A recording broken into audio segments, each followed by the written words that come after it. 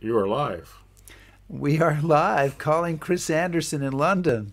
This is Chris Anderson in a sunny, warm London. Wow. Fabulous. And a pub's open, London. The pubs are open. It's all good times. Well, welcome everybody to History Happy Hour, and we'll wait a moment for people to join us to get started. And please post something to let us know you're here. And we're here talking about history every Sunday at 4 p.m. Eastern on the Stephen Ambrose Historical Tours Facebook and YouTube pages. And all of our broadcasts are also archived on the History Happy Hour webpage, which, Chris, has a new address. It does. The History Happy Hour webpage, which is at historyhappyhour.net. Ooh. Ooh, yeah. We got our own webpage. It looks the same. Go. Yeah, but we got our own. So, Chris, it's a big anniversary today. It's a historical, this day in history kind of day. Is it? Can you guess what that might be? Albert Einstein died in 1955? Well, I'm not denying that, but it wasn't exactly... Oh, you mean that other thing? Well, let me put it this way, Chris. So, one if by land, and two if by sea, and History Happy Hour hopefully is not about to go up in flames. So it's the anniversary of somebody making a really big mistake.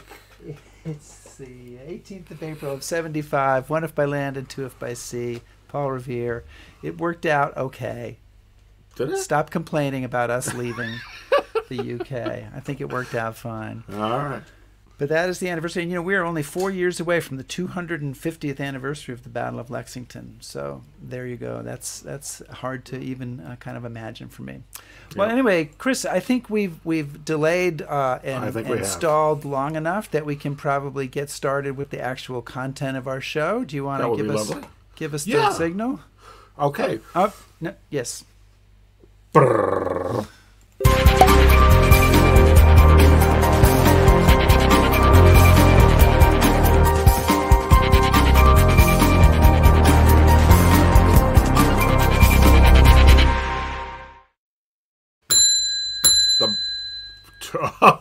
Double ring. The bar is really open. The bar is really open. The floor is yours. Well, yeah. Tonight we are going to be interviewing Professor Sean McMeekin. Professor McMeekin is a professor of history at Bard College. He taught for many years at Bilkent University in Turkey. His books include The Berlin-Baghdad Express, The Russian Origins of the First World War, and The Ottoman Endgame. But tonight we're going to be talking about a book that's getting an awful lot of attention. It is called Stalins War, A New History of the Second World War. And lots of really fantastic reviews. Among them are Simon Sebag-Montefiore, who's a Stalin scholar, and he said the book is gripping, authoritative, accessible, and always bracingly revisionist. So we'll have lots to talk about. Sean McMeekin, welcome. Oh, well, thank you, Rick. Thanks for having me on. This looks like a lot of fun. Well, we'll find out. We're early days yet. Did you bring a cocktail, Sean? I did. I'm not going to show you the label, but I can assure you that this is a Polish beer. I thought that was kind of appropriate in view of the subject matter. Not that I don't like British or German or Russian or Czech or other European beers or American beers for that matter. I just thought Polish was kind of particularly apropos. Do the Russians do good beer? They do, actually. Russia makes surprisingly good beer. I'm actually... I'm somewhat fond of some of the Balticas. They have a very clever marketing scheme where they kind of give them numbers. And so then you use the diminutives. I'll have a little number 7. I'll have a little number 9. Their export beer is actually quite nice. That's Signorka.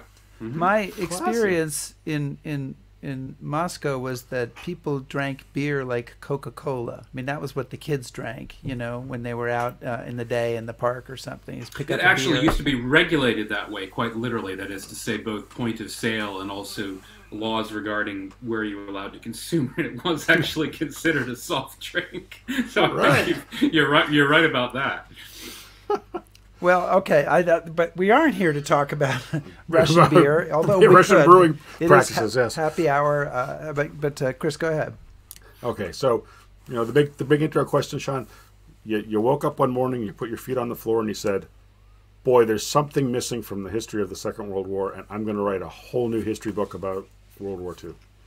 What was it that made you go, something needs to be added to or re-looked at?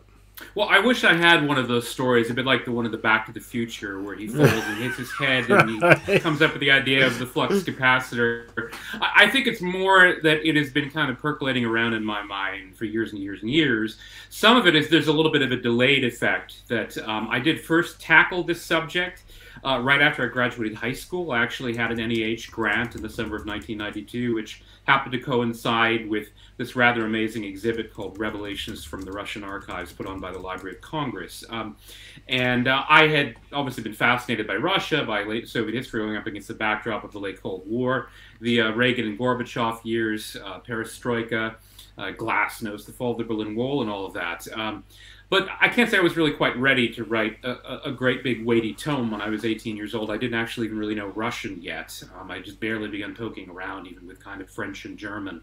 But I resolved I would come back to it one day. And it just so happened that I did take advantage of the opening of the Russian archives. And beginning around the mid to late 1990s, I became kind of a regular at some of the archives in Moscow, in particular Argospi, as we now call it. I still call it the Central Communist Party Archive, just because it's kind of more memorable than Argospi, the Russian government archive of social political history. It sounds so anodyne and boring. But I became a regular there at a lot of the other Moscow archives, and I kept telling myself, I'm going to come back one day. I'm going to come back and tackle the Second World War again. In some ways, the book is kind of a sequel, in that I had done a book on the one called The Russian Origins of the First World War, where I did look into late Tsarist foreign policy. And contrary to what I think the book was kind of advertised as, I wasn't really just trying to blame Russia exclusively for the war. My own title was Russia's Aims in the First World War. I carried some of that through with my book on the Russian Revolution, which came out about 4 years ago.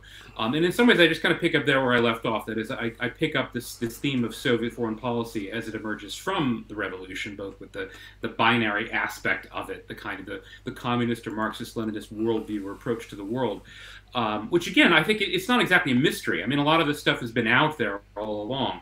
We haven't had access to the files, to the sources on the war, but as far as your basic pronouncements on Soviet foreign policy by Molotov and Stalin, I think they've actually long been available. It's just no one really took them at their word that they actually meant what they said, that they were trying to expand the boundaries of communism, that they did view the world in this kind of fundamentally Marxist-Leninist way, and that they both kind of to some extent desired and also were hoping to bring about a new war between the capitalist powers, and this time the communists would capitalize once the capitalist powers had destroyed themselves in this kind of sequel to the First World War, war of attrition. The key was just to make sure that the Soviets didn't have to participate in it at the start.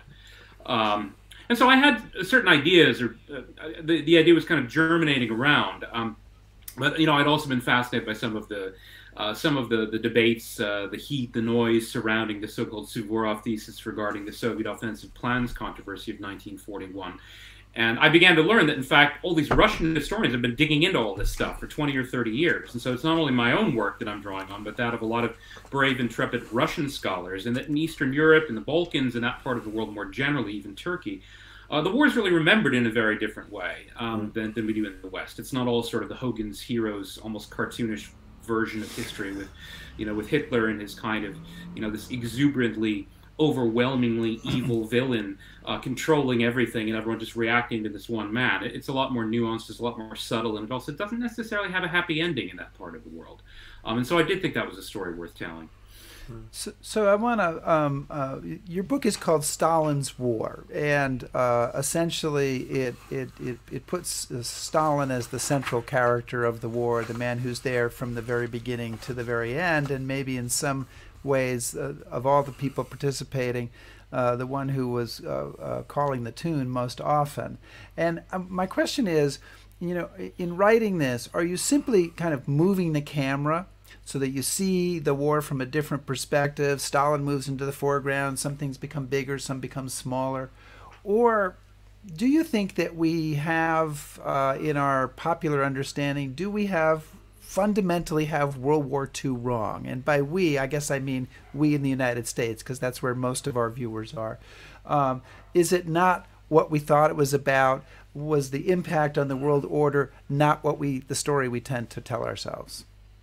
Well, I think it's a little bit of both. I mean, in the most simple sense, yes, I am kind of shifting the lens to the East so that you're looking at the war from a different vantage point, a different perspective, so that yes, certain events that are always central to our narrative, the kind of the Blitz in London and things like Dunkirk and the invasion of the Low Countries, it's not that they're not in my history, but they're obviously not quite as prominent in the narrative, whereas I tend to give more attention to events elsewhere. For example, when everyone is focused on the fall of Paris and the drama regarding France suing for peace in June, Stalin is making his moves in the Baltic states and in Romania, and few people were paying attention. It's a little bit like a media smokescreen. So some of it is just uncovering some of the forgotten history and telling it in a new way and from a new angle.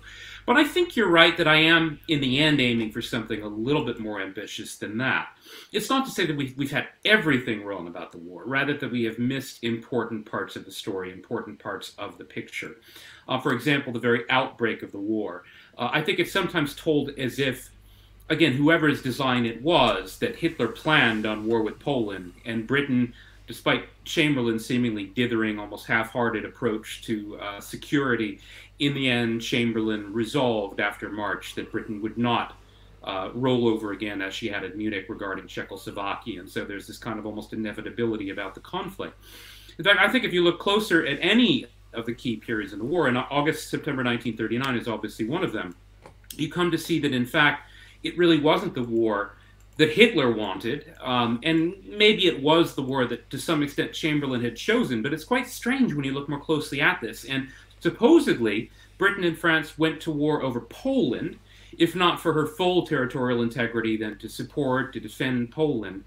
And yet they barely lifted a finger to defend Poland. There was just the most desultory, half-hearted French offensive, a few British leaflets, mostly of the kind of propaganda nature, dropped on the coastline. And they essentially sit there and do nothing and leave Poland alone in the battlefield. And then, of course, 6 years later, Poland, as we all know, ends up prostrate, devastated, and under Soviet occupation. And it's a little bit strange. One kind of wonders what the point was then for Britain and France to make the stand in 1939 if they were not actually willing to risk very much for Poland. And in fact, then the whole so-called phony war comes into a new light.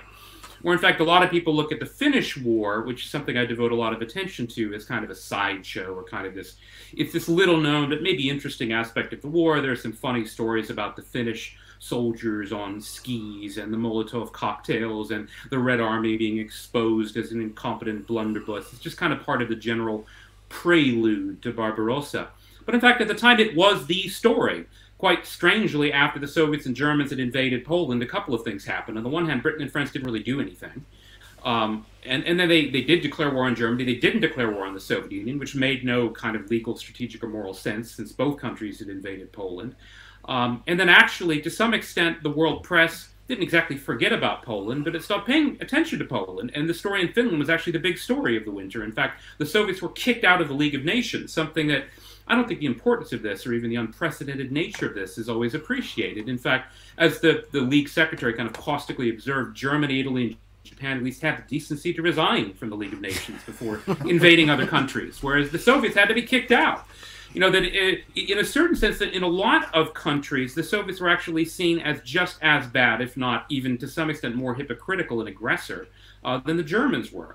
And in fact, in the winter of 1939-1940, I don't think it was entirely clear how the war would play out, whether in fact it might end up being more focused on the Soviets than the Germans, who after all themselves weren't doing very much that winter either, other than plotting and planning for the possibility of resumed hostilities in the spring. They weren't quite sure whether the Allies would stay in the war that long. Well, you know, Sean, one of the things that I guess I just have a really hard time understanding, that both Germany and Russia, two truly odious regimes. You make the fascinating point that the Soviets actually take over more countries than the Germans do earlier in the war.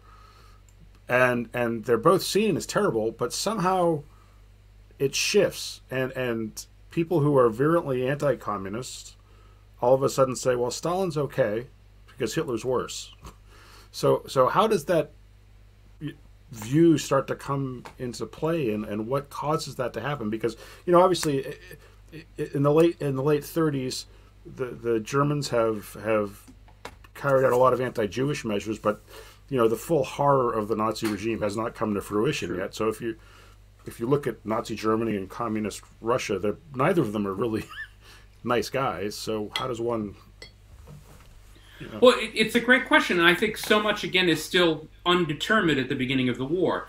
You look at, for example, these British kind of war cabinet debates in November, and one of the things that they notice is that they had been hypocritical. They had declared war on only one of the countries invading Poland, and a lot of the neutral countries were confused about that, and they didn't really understand what Britain was fighting for. In fact, Britain wasn't really actually fighting for anything at the moment. And they thought that it actually damaged the cause, that there was even the potential that had they turned it into a more sort of a principled war, yes, we are fighting against totalitarian regimes invading other countries more generally, instead of just one. I mean, they even get to the point where they're kind of they're parsing the fine points of whether they meant if Poland was invaded by a European country. Maybe Russia's not really European. They're not quite sure how the legal argument works. I do have to say, though, that although some of it was either the duplicity or the selective thinking on the part of, I think, mostly Britain. I think the French were just kind of being forced to go along with whatever the British were doing at that stage. But there was some clever Soviet diplomacy. I talk about it as almost outwitting. Molotov kind of outwits the Germans when they rearrange the borders. They don't actually follow the original Molotov-Ribbentrop Pact or Moscow Pact in the way they divide up Poland. In fact, because the Germans had overstepped the boundary lines, partly because the Soviets took so long to invade, and even then pretended they weren't really invading. It was just kind of a peacekeeping mission to protect their Belarusian and Ukrainian brothers or some nonsense like that. They weren't actually invading the country.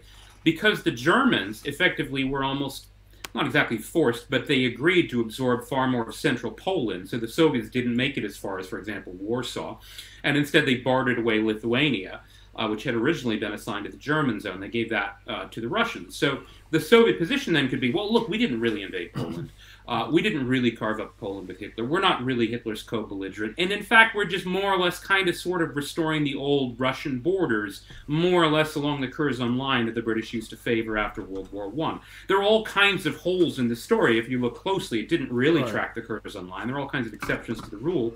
But it's a good pose. And the way Soviet diplomats, the Germans are always focusing on the partnership. And the Soviets just say, no, we're not really allies. We're not really working with the Germans. They're pocketing all this territory in the slipstream of the German colossus that is obviously, in the military sense, far more dynamic. The Soviets are much less effective both in invading Finland and their own invasions are largely unopposed in places like the Baltic countries and in Bessarabia and later Bukovina in Romania. And so the Soviets can, again, they can pretend like they're not really invading other countries. They're sort of just, they sort of bully them into agreeing that Soviet troops have the right to occupy them. Whereas the Germans, in a certain sense, they become prisoner of the very obvious of what they're doing, along with, of course, the very elan of blitzkrieg, that it's kind of hard to deny that they really are invading and bludgeoning Poland and the Low Countries and France and Norway. Friendly blitzkrieg. Yeah, well, it's hard to make that point, because the other thing is that the press is paying more attention. When the Germans do go into these countries, the press is paying more attention, too, and you get the stories coming out, whereas the Soviet moves were largely made kind of behind the veil of darkness, and so they had a certain plausible deniability. Well, there's so much to unpack in your book, and I'm just going to early warning to everybody, we're not going to get to everything in Sean's book, so you may have to buy it in order to understand all of what he's writing about. But one thing that I was fascinated by fairly early on, and you've alluded to it, is the so-called Winter War, which is Russia's invasion of Finland. And this usually gets 3 paragraphs in a history book, and you've said what the 3 paragraphs were. But this conflict, I was fascinated. You put up a figure in your book that suggested that the casualty count for the Russians was somewhere around 150,000 to 200,000 killed, which would be commensurate, not identical, but commensurate with the number of Americans killed in all of World War II. This little conflict that we've sort of never heard of. But even beyond, so that makes it interesting right there, that it's a bigger war than we kind of imagine. But you write, by the end of February 1940, British-French plans for sending an expeditionary force to Finland, composed of 6 British divisions alongside 15,000 French and Polish troops, were nearly complete. So was there a chance, if Hitler had lost a few days in his schedule someplace or gotten busy doing something else and had not invaded France in in May of 1940, or if Stalin had done things a little differently, was there a chance that, in fact, Britain and France might have ended up going to war with Russia on behalf of Finland? Well, it's a great question. I mean, first of all, your point about just how large the scale was, you're absolutely right, both in terms of the casualties. I mean, the hospitals of Leningrad, or as we now call it, St. Petersburg, just being overwhelmed with the wounded, the numbers of dead. There's even a line at the end of the war that that basically in the sort of the isthmus, the peninsula, we've gained enough ground just barely to bury our own dead, the Russians say. That's the amount of land they had gained in the 3 or 4 months of warfare. You can see it even in the scale of things like the number of sorties flown by the Soviet Air Force, more than 100,000. The Soviets actually deployed more warplanes in the skies above Finland than did the British and the Germans combined during the entire Battle of Britain, the most famous aerial campaign of the war. Wow. Again, this almost completely forgotten conflict, which that winter, and I was trying to allude to this, again, it's, later it turns into just this kind of sideshow to the sideshow about the war. No, it was the story in the winter of 1939-1940, not just in the League of Nations, as I was talking about, not just as far as press attention. Even the U.S. President Roosevelt, despite generally speaking, for the most part, being fairly friendly towards Stalin's government for most of his years in office, briefly he actually gets quite hot and bothered about this and issues these thundering denunciations of the Soviet invasion. World opinion is almost unanimous. The Soviets are the aggressors. These horror stories are pouring out of Finland of such new grotesque Stalinist institutions as, for example, the control detachments of the NKVD, basically the machine gunners who were kind of there to fire at their own men if they don't advance into battle. These horror stories are pouring out of Finland, and that's basically where the world's attention is focused.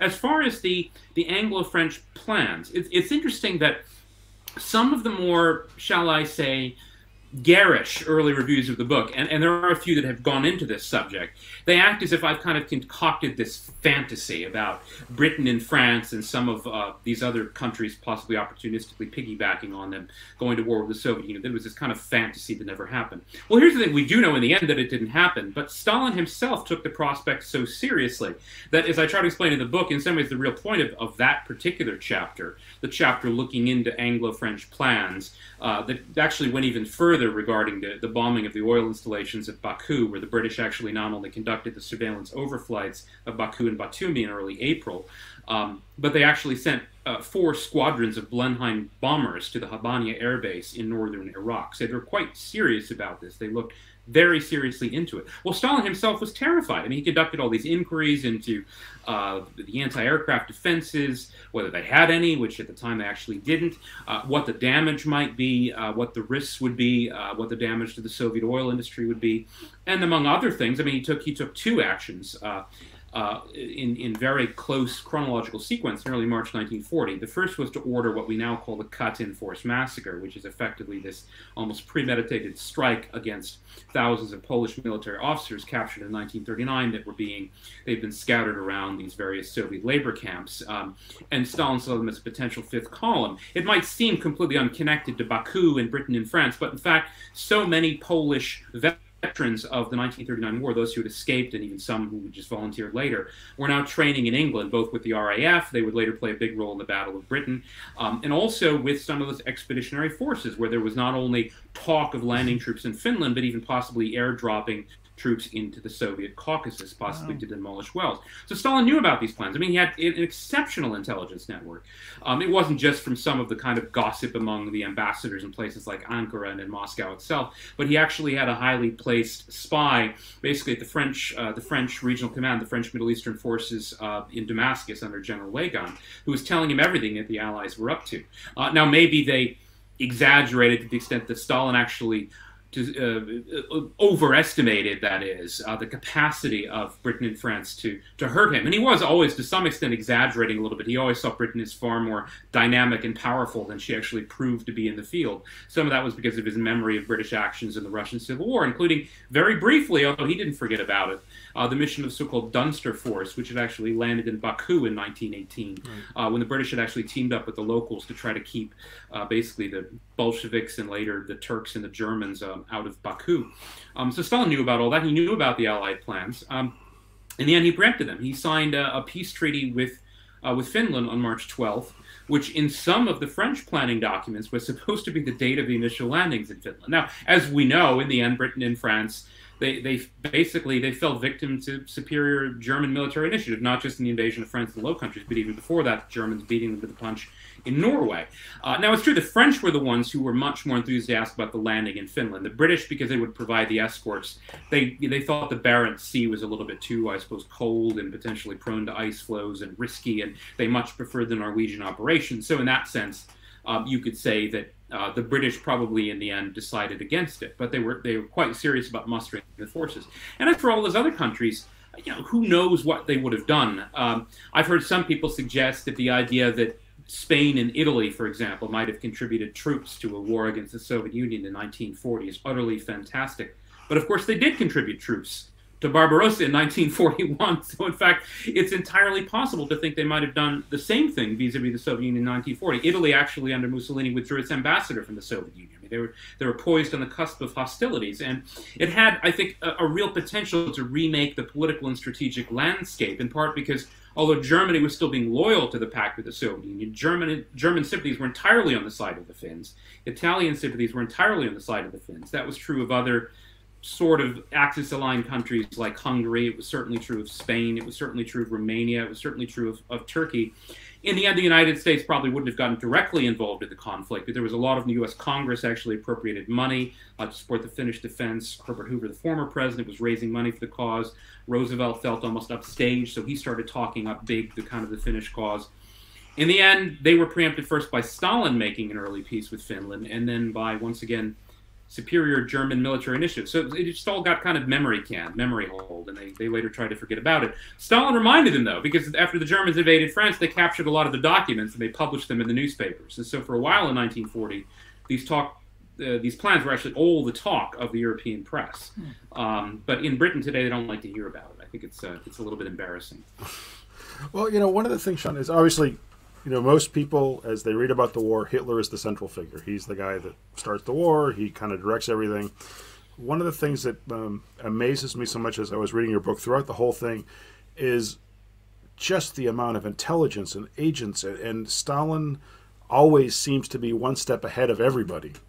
And so I guess two questions are, one is, how is he able to do it? Is it him or is it the Soviet state? And I guess the bigger question would be, so is Stalin the puppet master here? Is he kind of directing events more so than you say Hitler? Or? It's a good way of looking at the question. I don't want to overdo things and claim that Stalin was always, let's say, a step ahead. He did have a superlative intelligence network. The famous counterexample, I suppose, that is going to come to most people's heads is, of course, Barbarossa itself. This famous kind of, did Stalin miss the boat? Was he the last man on earth to trust Hitler's word? Why weren't the Soviets ready? Why were the Soviets caught out flat-footed by this German invasion? You're asking yourself all the questions on my list. You're going to kill me here. I'm going to run out of questions to ask. No, you are. Well, I'll try to leave some material for you to ask further. But no, for now, let me just say, as a kind of interim answer to the question, that he was exceptionally well informed, but not, of course, perfectly informed, which is to say he had a lot of different channels of information coming in. There was almost too much information, so that, for example, they had a whole bunch of different dates where they were expecting or were told that the German invasion would happen. And so let's say if you're told the invasion is going to happen on June 15th and then it doesn't happen, then doubts might start to creep in about when it might happen. Now, as far as Stalin's own plans, and this is, again, it's one of the kind of key leitmotifs of the book. Some of your viewers might or may not be familiar with the so-called Suvorov thesis, the idea that Stalin had these kind of offensive plans for invading Germany and Central Europe, and he was preempted somehow by Hitler. Now, the thing about this, the thesis is normally dismissed as just kind of utter hogwash, and it's nonsense, it's rubbish by most Western military historians. I'm not going to say it's entirely rubbish. He obviously took things too far, and I think ascribing a little bit too much of this kind of diabolical mastermind. Stalin had everything kind of planned out to a T. Now, obviously, Stalin, like all statesmen, was working with incomplete information, even if he was probably better informed than nearly any other statesman in Europe. As far as his own plans and Soviet military preparations, there are notes of ambiguity. First of all, I mean, there absolutely were preparations for an offensive war of some kind. it wasn't clear how and when it would begin, and the Soviets were hoping, if you actually look at the way they both wargamed it and talked about it, they were hoping that the Germans would kind of signal an incoming invasion with a massive buildup and mobilization, and the Soviets would have time to react to this. And it wasn't entirely clear whether the Germans might initially cross the border first, and then the Soviets would respond. But the key element in these Soviet plans was what they called a powerful strike in the direction of Lublin. So you had this kind of massive amount of Soviet armor, mechanized forces, aviation regiments on what they call the southwestern front, facing both kind of Poland from the southeast and also Romania a little bit further towards the south. West. So that the Soviets, for example, were maybe hoping they would have a sort of a grace period. Hoping in part because, of course, they just weren't as efficient or rapid as the Germans were in moving men and materiel. So that he obviously was not the mastermind here. In fact, Hitler nearly ruined everything. That is, whatever plans he had for a war at some point in Europe. Part of the way Hitler had ruined that, of course, was even before June 1941, simply by routing all of his other enemies. What Stalin had initially hoped was that Hitler and the Western powers would almost destroy each other in a war of attrition, perhaps not identical to the war on the Western Front in the First World War, but something approximating it, maybe scaled up for the scale of modern armor and the size of armies. That is, that they would weaken each other irrevocably, so that whenever the Red Army was ready to intervene, it would face a kind of scattered opposition that had been severely weakened. So Hitler very nearly did ruin Stalin's plans, and I think he came quite close to upending them in 1941, both with the obvious progress, if you just look at the kind of the order of battle, the Germans, how far they make it, how close they make it to Moscow, but also in the utter destruction of so many of the Soviet bases, particularly the air bases on the ground, destruction of Soviet armor, and also the destruction of really a lot of Soviet industry and even the rolling up of agricultural land. I mean, Stalin very nearly lost in 1941. And so I should emphasize he was not always one step ahead of events in complete control of the destiny of his empire. So we had people started asking questions and making comments about 3 minutes into the interviews. That may be a new record for our audience, and and there's some good ones there. So I want to start with one from Chuck Ludlam here. And Chuck says, the Soviets executed 158,000 to 217,000 soldiers for desertion. 1 million others were put in special units to keep fighting. Was this brutality crucial? I assume, Chuck, you're saying, was it crucial to Stalin's war effort? And you do talk a little bit about that in the book. So tell us about your thoughts on that. Well, crucial maybe. I mean, it's just hard to know because, of course, had Stalin been a different type of ruler and less cruel to his people, then they might have been better motivated to fight for his government and his regime in 1941, when, as we know, vast numbers of Soviet soldiers were, of course, taken prisoner by the Germans. I mean, if you believe the German files, as many as 3.5 to 4 million by December 1941. Those numbers might be slightly inflated, but we certainly know that by the end of the war, vast numbers of Soviet prisoners had been taken by the Germans. They did the same thing in Finland, as I was alluding to, both with executions, obviously not on the same scale as later in the war on the Eastern Front against the Germans, but as far as also the brutality of the disciplinary measures. Stalin, of course, even had many high-ranking officers executed as well in 1941.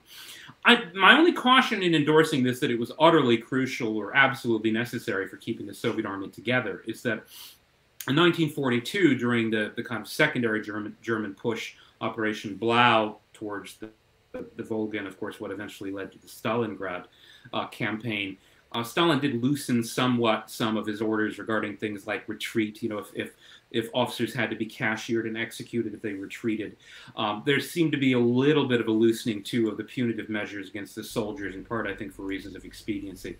I do think in 1941 that things were going so badly that type of brutal iron discipline might have been necessary simply because so many of the soldiers were either not fighting effectively or surrendering to the Germans. I think it's just one of those things where we'll never really know. I mean, it would have been, you're right, a different type of ruler with a different type of approach to military discipline might have been more effective than Stalin.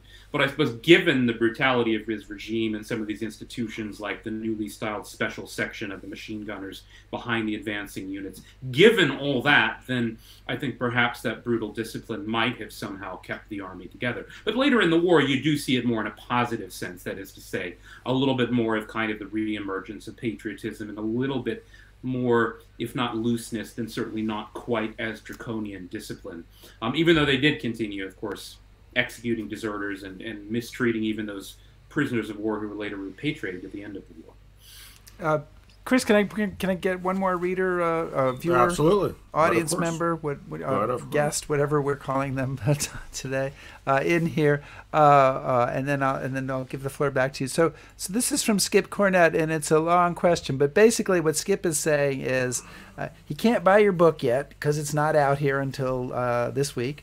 And so instead he read Bloodlands by Timothy Snyder, which of course is an amazing book, or at least from my view, is an amazing book about the both what Hitler, but first what Stalin and then Hitler did in mass murders in sort of Ukraine and this belt of Eastern Europe. And so Skip says, did I get any insights for today's book and theme by reading Bloodlands? So what do you say to that? Oh, I think absolutely. I mean, my book is obviously a little bit more in the realm of strategy, diplomacy, military history than Tim Snyder's book, which is a broad, sweeping, I mean, it's obviously kind of amazingly ambitious, but a different kind of a history, where it's looking a little bit more at kind of the ground up, what's happening to ordinary people on the ground. It's not that I don't do that too in my book, it's just my emphasis is a bit different. Some of his themes, I think, which are quite relevant in my book, and I do like the way that he does this, although I suppose in the end, he kind of does make this value judgment that while the crimes are all horrible to some extent, I think he does see the Holocaust and Hitler's crimes as in a slightly different kind of moral category. I'm not sure if that's always necessarily the best way to frame things, but what I do find interesting about the way he does frame things is that he pays a lot of attention to chronology, even to a point that some of us were discussing earlier. This idea that, for example, although we today know about the Holocaust, and it obviously informs our view of all these events in the Second World War, it was not part of the mental landscape of people in the 1930s. And that, in fact, if you look back at the world in Eastern Europe in, say, 1938 or 1939, in fact, not just with kind of things like the Holodomor, as we now call it in Ukraine, with this kind of famine genocide, but also even in terms of ethnic deportations and ethnic vengeance or cleansing or execution, Stalin had actually killed more people than Hitler at that point. That is to say, even people targeted ethnically in the Great Terror, although, again, usually the focus and kind of your popular histories will be on something like the military purges or the show trials. As far as raw numbers, it's really far more groups that are being targeted as ethnies, usually, of course, being suspected of either espionage or helping the enemies, whether it's Polish or German or Ukrainian nationals. But that is to say that Stalin already had compiled a long record of what you might call kind of ethnic mass murder, even in 1938. And again, not everyone knew about this. Probably the press treatment, again, was a bit unequal, so that maybe in Britain and the United States and in France, what we now kind of tend to call the Western countries, probably your ordinary reasonably well-informed citizen might have heard more about Hitler's regime and the Nuremberg laws and Kristallnacht, and might not have known the full scope of horror in something like the famine genocide of the early 1930s. But in Europe, I think the closer you got to Eastern Europe, the more people were informed about that, in part because it was just happening much closer to home, and there were, the odd dissenter or survivor refugee coming out telling these horror stories, so that it was not. Again, the perceptions of at the time were different than our perceptions with hindsight. I think that's an important point that he makes in the book. And I think the other theme, and he's done this in some of his subsequent work, not just Bloodlands, but his other work on the Holocaust, a theme which I find really useful is about the erasure of borders. That is to say that part of what made some of these crimes both conceivable, possible, and then to some extent even practicable was something like the Moscow Pact and basically the erasing of borders. And basically from the Soviet perspective, in some ways it's even more blunt. I mean, when they invade Poland, they literally call in the Polish ambassador and say, "Your country no longer exists, and so we're arresting you." Off to the gulag. The country that you have citizenship papers of no longer exists, and this actually happens to a lot of Poles who take refuge in the Soviet Union. Some of them refuse to take on Soviet citizenship, and so later on they're actually punished for this reason, that effectively they have citizenship of a non-existent country, and so they're kind of fair game. And yeah, in the end, again, you look at the numbers, and it's hard to say who at the end kind of has the higher body count, so to speak. I mean, obviously a lot of Hitler's crimes were a little more specifically targeted, obviously with Jews and Gypsies and other ethnies, Slavs, targeted in the Holocaust. But as far as, let's say, again, if you're looking back into 1939, in fact, Stalin, even in Poland, is actually deporting more people than Hitler is. It's simply a kind of a fact on the ground at the time. Which, again, depending on where you are on your vantage point, people either remember, don't remember, pay attention to, or don't pay attention to. But in a lot of Eastern Europe, the war is simply remembered very differently than it is in the West.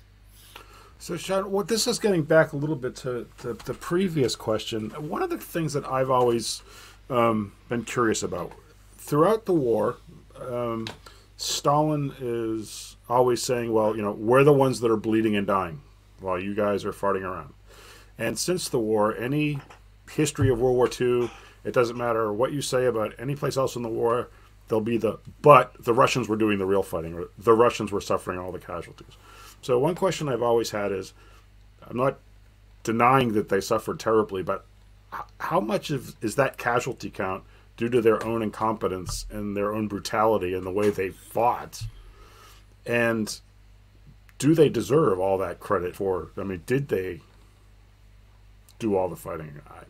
I'm just kind of curious to take. Well, it's a difficult and in some ways a painful question, because of course any suggestion to anyone living in Russia today that, for example, the Russians didn't do the lion's share of the fighting and suffer vastly more than other countries, or that, let's say, Lend-Lease, another big theme in the book, have played some significant role in the Soviet war effort, a lot of Russians today simply find offensive.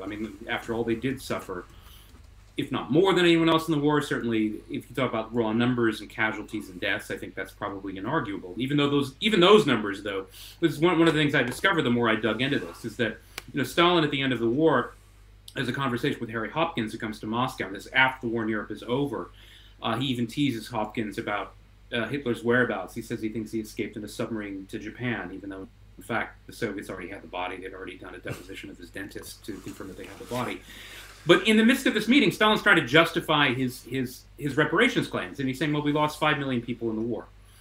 Now, the number most people have heard today is probably some variant of 27 million or close to 30 million, and sometimes you'll hear a different version of this, perhaps 27 million military or mostly military deaths, and perhaps another 15 to 20 million civilian deaths. And that number was bandied about in the mid-90s, where it kind of peaked out at about 47 million.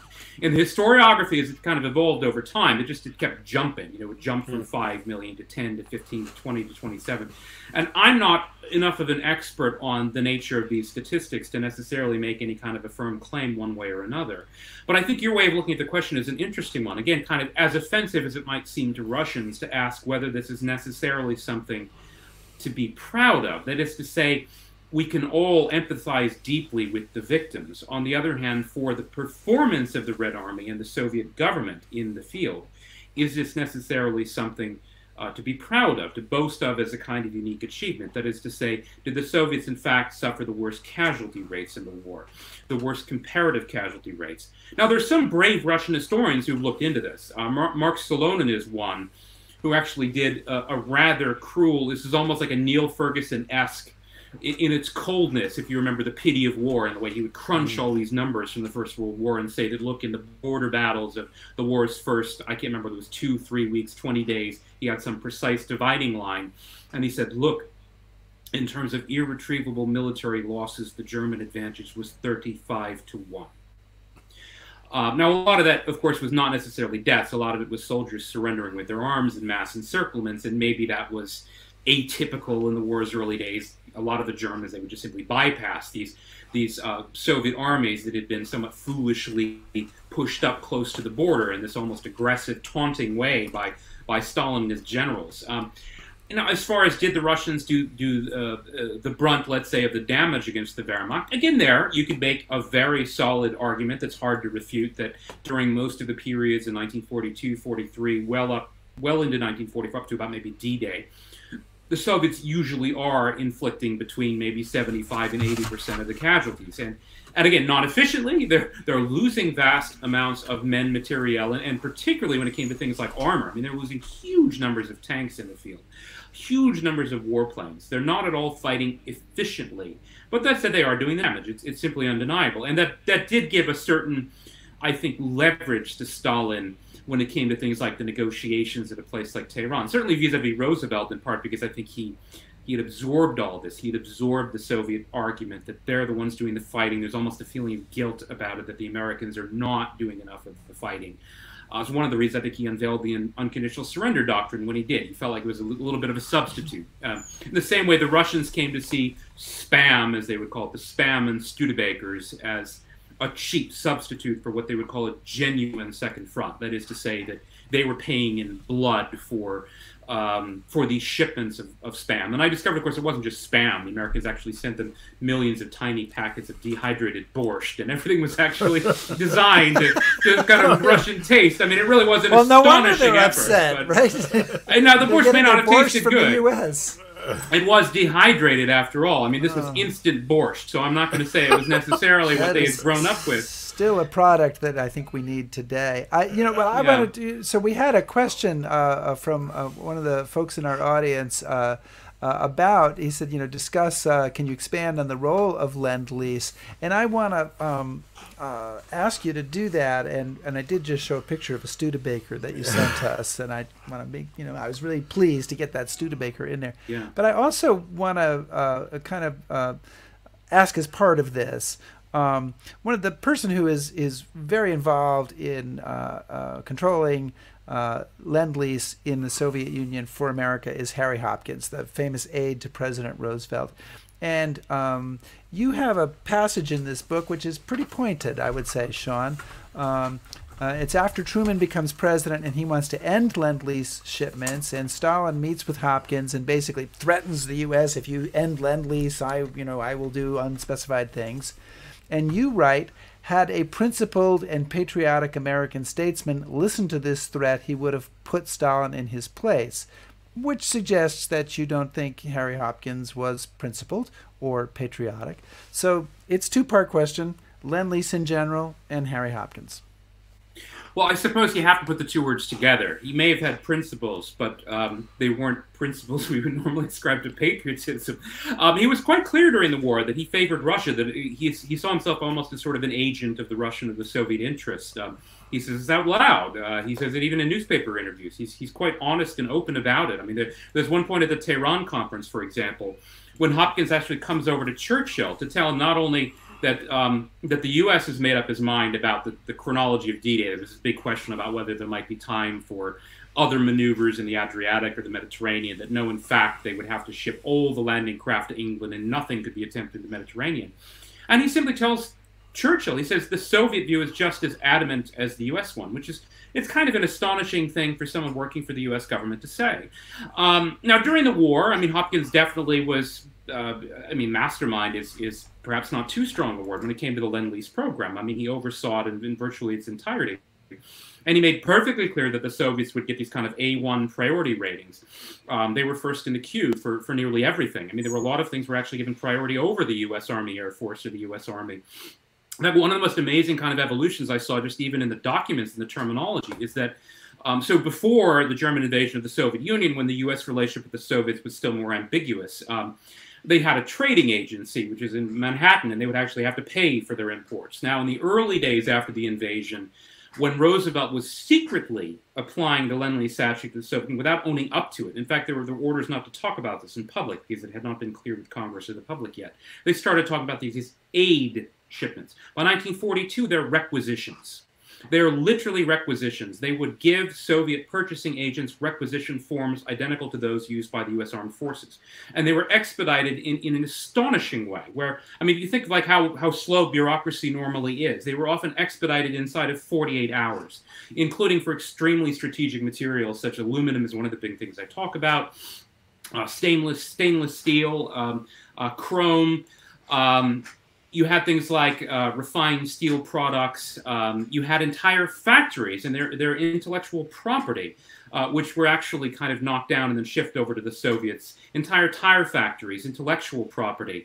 I suppose a lot of people are going to focus on some of the atomic materials, including enriched uranium, and that was true too, but it wasn't necessarily typical. We're talking about not only vast amounts in terms of volume, but let's say reshaping entire sectors of the U.S. economy to meet Soviet needs, from the pork industry. Spam is a great example. So Spam, although it was the showcase product and it was famous, and the Russians had all these lines about Spam, we paid for your Spam and blood. Spam was only one of dozens of things they were sending. And I'll give you an example. So they were sending from 13 to 15% of U.S. pork production effectively to the Red Army. With some products, it was as high as 20%. When it came to sugar, although it wasn't as high a percentage in U.S. terms, the Soviets, Soviet sugar consumption by 1943 and 1944, 70% of it is coming from the United States. So the entire basically food and uniform and boot supply of the Red Army is actually being met by U.S. industry. The Studebakers you talk about, right? These pictures I try to reproduce in the book, right? The Studebakers in Berlin and Bucharest. My own personal favorite, I'm not sure if it's there, is actually the Harley Davidsons, on which Stalin's Polish henchmen were riding around hunting down the Polish Home Army. So you have Bierut and Berling, Stalin's sort of puppet communist leaders of the so-called Lublin Committee, who have almost no popular support in Poland, and yet they're well armed. They're given American Studebakers and Jeeps, and yes, Harley-Davidson motorcycles re-gifted from Stalin. So they are the wild puppets. Boys, the Hell's Angels of No, Stalin's army. that's exactly right. There's even this story in Yugoslavia where Churchill's man on the ground, Fitzroy McLean, who's a little strange in his sympathies. He seems to be supposedly concerned about the spread of communism, and yet he actually is mostly working for Tito. And then when the Red Army finally arrives, after Britain had been almost exclusively supplying Tito, at least until 1944, they roll in on American rubber and Studebaker trucks and this and that, and even Chevrolets. There's this great scene in his memoirs where he said this Russian driver was taunting, "You cannot build this kind of thing in capitalist countries," he said, from inside the cab of a Chevrolet truck.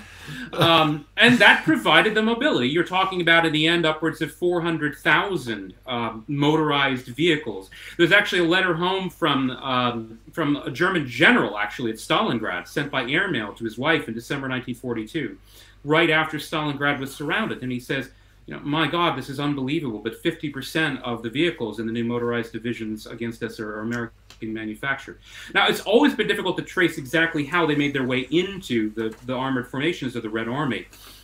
The ways in which I got some of this information, I am not entirely free to divulge, but let's say that you can actually track, at least in some Red Army units, exactly how many Chevrolets and Studebakers they had, and how many Stuart tanks, and how many Shermans, how many Valentines and Matildas. It really is an amazing story. It's a story that no one in Russia today wants to talk about. They actually closed down the Lend-Lease Museum a couple of years ago. So I don't think my book will be exceptionally popular with a lot of people in Russia today. Yeah, I wouldn't look for big money from the Russian region. So, Sean, one of the things, though, I can see the need to arm or help arm the Russians, 41, 42.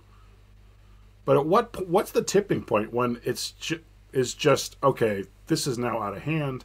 And also with that question is, how is it that Stalin goes from being the enemy to this period where he can do no wrong?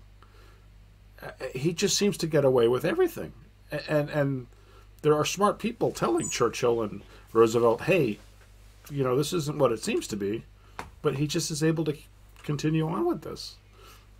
Is there a tipping point, or, how does that situation play out? Well, I wish I knew. I mean, you're absolutely right that in 1941-42, there is at least a strong argument to be made. If you look at the Lend-Lease statute, the way it's worded, that, it's maybe a bit of a stretch, but you could say that the U.S. might not have been under immediate and direct threat, let's say, from more than U-boat attacks on the shipping lanes and ports and so on. But that said, that the prospect of Hitler taking over the resources of Eurasia was dangerous enough to U.S. interests that supporting the Russian war effort, ensuring Soviet survival, that there was a strategic necessity. And that's certainly the way it was sold to the public, even though Roosevelt's own Lend-Lease officials knew that this was not, by any means, a majority position. In fact, as they put it at one point, majority opinion in only 11 out of 48 states actually supports our position of all-out aid for the Soviet Union.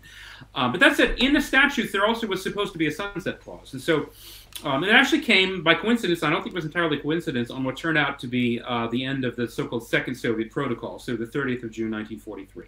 So by then, Stalingrad's already happened. The Soviets have effectively ensured that they're going to survive. The Battle of Kursk, as we normally call it, or the German offensive of Citadel, hasn't quite happened yet, but it certainly looks like the Soviets aren't in immediate danger of collapse. And there was supposed to be a sunset clause. Congress at least had the ability to step in and perhaps set down certain conditions. Now, the problem is, though, that Roosevelt's legal advisors had been quite clever, almost ingenious in the way they had drawn up the wording of the Lend-Lease statute. So it wasn't simply that nearly everything was reserved ultimately to what they called the good faith clause, which basically meant he would just make it up as he went along and he could do pretty much whatever he wanted, so long as the statute was enforced, but also in that they had rolled all the countries together in one resolution. By the end of the war, there was something like 36 countries being eligible, considered as eligible for Lend-Lease aid. So that if you wanted to vote against Lend-Lease aid for the Soviet Union, or at least attach some firmer conditions on how it was used, or perhaps caps or limits on how much was given, you would have also had to vote against appropriations for Britain, for China, and for all these other countries that the U.S. was by then supporting. I mean, in the end, it was this amazing act that a lot of people look to as, even though the U.S. was technically still neutral when it was passed, almost it amounted to belligerence. I mean, it was the U.S. more or less declaring sides in the war and essentially unleashing the hydraulic forces of the U.S. economy in any way the president saw fit. And in the end, yeah, it was Roosevelt's decision and those of his advisors, such as Hopkins. I personally think a very strong argument could have been made, at the very least, to put some sort of a cap on it in 1943. Instead, what happens is the opposite. It ramps up even higher. It, in fact, nearly doubles. And so by the time the necessity is no longer there in any obvious sense, by the time it's now a matter of the U.S. essentially providing the rubber and the motorized vehicles and the armor for Stalin to march his armies to Berlin, by that point, the U.S. actually went full throttle and, in fact, doubled and nearly tripled in some areas the amount of aid that it was sending to Stalin, when I think the strategic rationale had actually become much weaker. Sean, we are very near the end of our time with you, and I'll just do a kind of a quick follow-up to that. And this is one of those ones like where the NPR host says, well, let me ask you, and you have 30 seconds to answer this. You have a little more than 30 seconds, but that kind of idea. Churchill and Roosevelt are the consensus view, the conventional wisdom, the great heroes of World War II, the defenders of democracy. You suggest that maybe they were both each one was a bit of a soft touch for Stalin. So what's your overall takeaway there? Well, it's a big question, and I think with Churchill, the record is a bit more mixed. I think Churchill definitely displayed, particularly in the initial days, almost this shock of the Barbarossa invasion, this almost public relations miracle, as I call it. For him, it was a bit like deliverance, because Britain, after all, had then been fighting alone, without more than a little bit of material aid from the U.S., and the U.S. was driving a very hard bargain on things like the basis for destroyers deal of 1940, and even the terms of Lend-Lease and the steep interest on loans that Britain actually was still paying off until 2006. So for Churchill, it was a little bit like this almost deliverance, this relief. And he was probably almost emotional about it. Oh, finally, we have another ally in the war against Hitler. And so he makes these impulsive decisions, famously sending the 200, the Hawker Hurricane, the workhorse of the RAF, that had been pledged to defend Singapore. And he reconsigns some of even the American shipments of both warplanes and tanks, motorized vehicles.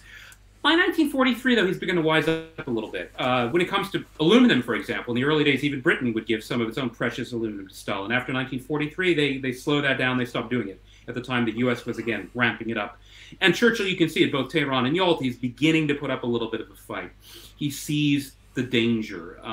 I'm not going to talk about Yugoslavia because it's a whole different subject. I do think Churchill got that one wrong. But when it did come to some of the broader questions about Poland and Eastern Europe, I do think that he was kind of wakening up to the danger as early as Tehran, and certainly by the Moscow Conference of October 44 and then Yalta. Now, Roosevelt's a different issue. The thing that I've never quite figured out, and I can't say I necessarily explain this in the book, in the end I think it just has to be a little bit of a mystery, is why Roosevelt was such a brutally difficult negotiator with Churchill and the British, and such a soft touch on Stalin. Again, those loans that Britain was paying off at steep interest until 2006, virtually everything was given to Stalin effectively free of charge. There was a settlement after the end of the war where the Soviets got off with about 2 pennies on the dollar for, some rough estimate of the vast quantities of material that the U.S. had been sending to the Russians. And you can literally see this in the transcripts of the Tehran conference, when I think it's much more important than Yalta. I think a lot of the critical business was really resolved there. Everything from the timetable of D-Day, the pulling back of the landing craft from the Mediterranean, to the future of Poland, the Baltic states, Eastern Europe, even indirectly, because it wasn't in the conference memoranda, but the decision regarding the Soviet entry into the war in the Pacific. Most of that was essentially decided at Tehran. And what's really amazing is that on every question of importance at Tehran, Roosevelt lines up alongside Stalin, and he leaves Churchill effectively spitting in the wind. Effectively, that is this idea of sort of the special relationship in the Grand Alliance. I think Roosevelt, for reasons, again, that remain a little bit mysterious, maybe some of it had to do with Hopkins and his advisors, some of it with a kind of almost sentimentality, he really seemed like he wanted to be liked by Stalin. He insisted again and again, no, I want to meet Stalin. I've already had my meeting with Churchill. Stalin's the one I want to meet. Stalin's the one I want to talk to. He lines up with Stalin on virtually everything. And maybe some of this is a satisfaction of kind of kicking the British Empire to the curb, which I think is clearly one of Roosevelt's aims and beliefs. He even proposes to Stalin at one point, right before the conference at Tehran, in the very first meeting, that he thinks that British India should not just be liberated from British rule, but effectively subjected to a Soviet-style revolution from the bottom up. Even Stalin is shocked by this. He doesn't know where it comes from. I mean, Roosevelt wasn't always consistent. I mean, he would have these flights of fancy at times, but generally speaking, on most of the key questions, he lined up alongside Stalin. You know, until the very end, maybe right before his death in April 1945, when they had this big fight about Stalin claiming that Roosevelt had gone soft on the Germans, that he was trying to negotiate a separate peace vis-a-vis Italy. And this is when Roosevelt finally gets his goat up and gets a little bit angry. But until then, he was always aiming to please Stalin. We'll have to save that story for another day, along with Yugoslavia, along with Stalin's impact on the war in the Pacific. It's all in the book that Sean McMeekin has written, Stalins War. It comes out Tuesday, I think. So you buy your advance copy. It's a long book, but it's worth the read. Sean, thank you so much for joining us today. Well, thank you, Rick, and thank you, Chris. It was a great pleasure, and I hope everyone else enjoyed it too. They did, Sean. Thanks so much. And folks, read the book, and I guarantee every time you turn the page, you go, oh my God. And mine's all underlined and question marks and comments. So take care, Sean. Thanks so much. Okay. Wow. So we're running a little behind schedule, but we do just have a couple of show notes, Chris, that I want to mention for people who are interested in what's coming up ahead. And specifically next week, something very different from our norm. We're going to talk with filmmakers Tracy Heather Strain and Randall McLowry about their new PBS American Experience documentary, American Oz, which explores the life and times of author L. Frank Baum, who wrote The Wonderful Wizard of Oz. Is it really a political allegory with Dorothy representing the, I clicked off there, with Dorothy representing the Midwest, and the gold, red, yellow brick road is the gold standard? I mean, what's all going on there? So we'll talk about that next week. And then, Chris, we have to let our audience know that May 2nd, I get to sleep May 2nd, we are taking the day off. We are taking the week off. And, you know, we've been talking about the future of History Happy Hour, and we want to keep doing this show. But to do that, we need to give ourselves a week off once in a while. So that's what we're doing here. And we'll be back on May 9th with one of our Stephen Ambrose Historical Tours colleagues, Mark Bielski, who has a new book, A Mortal Blow to the Confederacy, The Fall of New Orleans, 1862. And finally, Chris, I've so much to say here. I know. Finally, I want to tell people that we are putting together an email list for that's particularly devoted to History Happy Hour. And if you would like to be on that email list, you can send us an email, and we have a new email address. And there it is. It's info@historyhappyhour.net. So send an email to that address if you want to be in the know about everything going on with History Happy Hour. So, Chris, send me your email address. I will, maybe. I don't know. I'll think about it. Or I'll send mine to you. And then all right. one of us can be in the know there. But am I missing anything, Chris? I think that's it. See all right. everybody next week. Thank you, everybody. Stay safe.